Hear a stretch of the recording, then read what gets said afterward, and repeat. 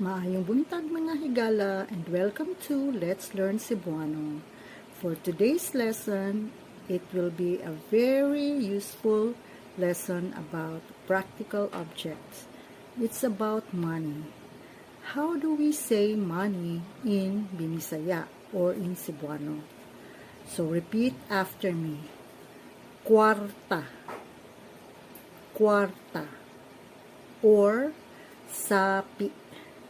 Sapi.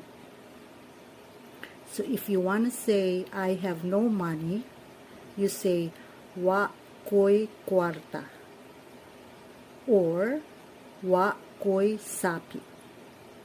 So, wa is a negative word, which means none or nothing.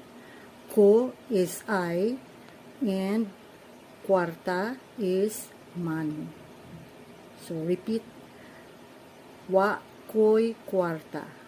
Practice that because that is going to be a useful expression for you.